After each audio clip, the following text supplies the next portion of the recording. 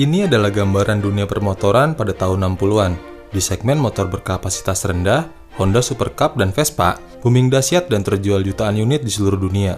Sementara di motor berkapasitas besar alias moge, pasar Eropa dikuasai pabrikan Inggris yang mengandalkan motor 4 tak twin cylinder. Pasar Amerika dikuasai oleh Harley Davidson dan beberapa tipe moge Inggris. Kemudian di Jepang, konsumen disuguhi tiruan motor Inggris yang namanya Kawasaki W1 dan tiruan Harley Davidson dengan label Rikuo. Mengetahui hal tersebut, Soichiro Honda, sang pendiri Honda, sontak kaget. Kemudian bilang, "Nani?"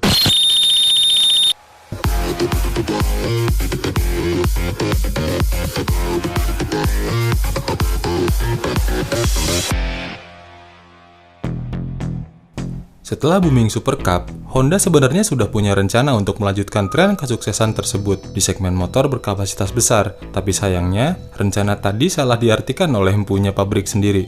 Saat diminta membuat moge khusus untuk pasar Amerika, Honda San malah mendevelop CB450 Dream yang mengandalkan mesin 2 silinder DOHC berkapasitas 444 cc. Meskipun secara aspek performa Honda CB450 ini bisa mepet-mepet, tapi bukan ini yang dicari konsumen benua biru.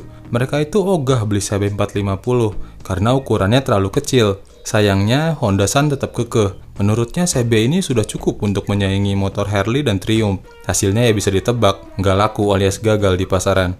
Keputusan ini dengan jelas menggambarkan karakter pendiri Honda tersebut. Soichiro Honda memang terkenal seantero jagat sebagai jenius di dunia engineering, tapi sayangnya jadi salah satu yang paling buruk soal marketing dan bisnis, plus punya sifat keras kepala yang luar biasa.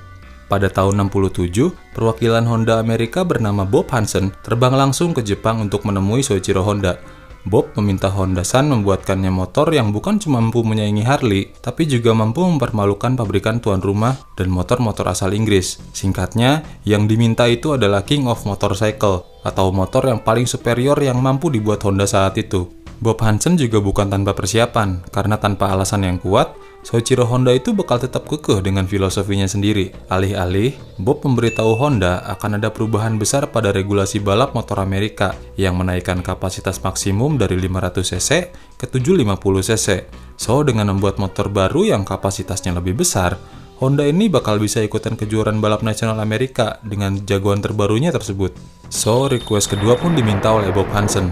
Motor terbaru Honda harus menggunakan teknologi motor balap, khususnya dari motor balap GP Honda yang terkenal overpower saat melawan motor 2 tak sekalipun. Mendengar kata racing, tentu saja Honda San langsung mempelajari request tersebut. Apalagi saat itu Soichiro Honda adalah salah satu orang yang paling percaya dengan slogan "Victory on the racetrack today, sold in the showroom tomorrow", atau menang di sirkuit hari ini, jualan di showroom esok harinya. Membuat palu development moge terbaru Honda ini akhirnya diketok. Yap, kalau kalian mikir keputusannya itu bakal belibet, ternyata cuma gitu doang. Just like that. Yoshiro Harada dipilih sebagai lead development motor baru Honda dengan pengawasan langsung oleh Soichiro. Yes, percaya nggak percaya, semua motor Honda yang lahir di era 60-an dan beberapa di era 70 dan 80-an itu harus mendapat approval langsung dari Soichiro Honda. Tidak semudah itu bikin motor Honda, Ferguson. Gak mau mengecewakan bos besar, Yoshiro Harada langsung terbang ke Amerika Serikat pada musim panas tahun 67 untuk mengamati tren pasar di sana. Kenapa ke Amerika? Karena market Amerika itu adalah tujuan utama calon motor Honda tadi. Penjualan moge di sana itu bisa tembus puluhan ribu unit per tahun, di mana di Jepang sendiri itu paling cuma ratusan unit doang. Setelah melakukan studi, benar saja, para bule itu menganggap CB450 terlalu kecil dan ringan. Selain itu, mesinnya juga dinilai terlalu mengutamakan karakter high RPM, sehingga inferior dari sisi torsi. Kombinasikan dua poin tersebut, Honda CB450 pun menjadi bulan-bulanan motor Harley, Norton, dan Triumph yang jelas-jelas sesuai dengan karakter orang Amerika. Pertanyaan pertama terselesaikan. Pertanyaan selanjutnya. Nah, kalau bule itu kepengen motor yang lebih besar, seberapa besar kapasitas mesin yang diinginkan konsumen di sana? 500 cc kayak motor Inggris, 650 cc kayak Kawasaki, atau justru mesin badak 1,1 liter ala Harley Davidson? Pertanyaan ini terjawab beberapa waktu kemudian, karena Triumph dikabarkan sedang menyiapkan mesin 3 silinder berkapasitas 750 cc di Inggris. Nah, deal. Kapasitasnya berarti 750 cc, dengan jumlah silinder yang kalau bisa lebih banyak dari motor buatan Inggris tadi. Sepulangnya Yoshiro Harada ke Jepang, dibentuklah tim development yang berisi sekitar 20 orang. Dan karena motor ini bakal melawan merek raksasa dari Amerika dan Eropa, Honda juga memanggil beberapa engineer balap Grand Prix untuk mengurus sektor permesinan. Kabar baiknya, Honda itu mengundurkan diri dari kejuaraan Grand Prix di tahun 68, so mereka nggak kehabisan stok mekanik.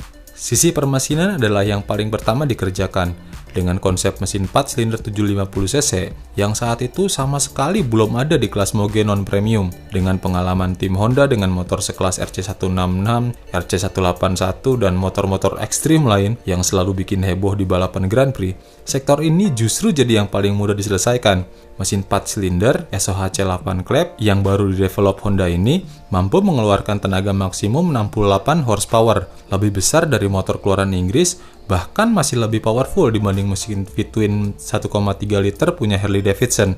Mesin ini bakal dikombinasikan dengan struktur frame duplex berbahan baja yang rancang bangunnya itu mirip Honda RC181.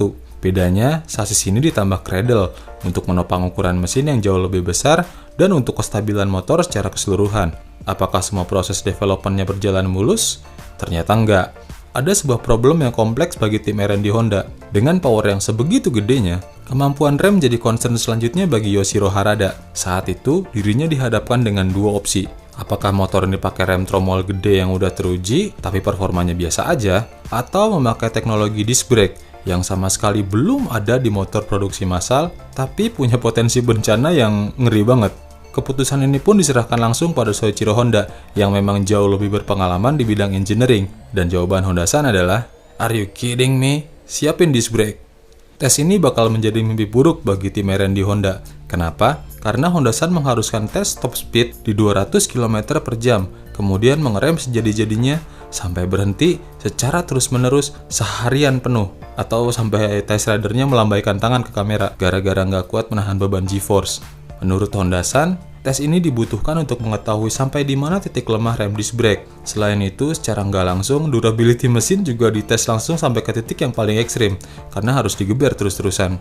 Berkat ekspertis Honda di bidang metalurgi dan teknologi mesin, proses R&D motor yang satu ini bisa jauh lebih cepat dibanding kompetitor. Setelah proyek dimulai tahun 67, motor 750cc ini cuma membutuhkan waktu sekitar setahun masa development, karena pada November tahun 68, versi prototipe yang bernama Honda CB750 tampil untuk pertama kalinya ke depan publik di pameran Tokyo Motor Show. Setelah melewati beberapa penyempurnaan, pada bulan April 69, generasi CB series terbaru ini sudah siap untuk diterbangkan ke benua biru. Di luar dugaan, pihak Honda justru merilis CB750 pada pameran British Motorcycle Show di Brighton tahun 69. Uniknya, motor yang dipamerkan justru menggunakan tipe stang lebar ala motor untuk pasar Amerika Serikat. Wartawan Inggris yang terkenal kerap memihak motor lokal bahkan takjub melihat sosok Honda CB750. Bukan cuma jauh lebih advance dari sisi teknis dan teknologi, sang CB terbaru ini juga jauh lebih powerful dan gokilnya bahkan jauh lebih murah dari motor-motor lokal mereka. Padahal CB750 ini statusnya impor dari Jepang loh. Thanks untuk media Inggris yang punya level dewa dalam hal publikasi, market di Amerika pun semakin penasaran soal CB750.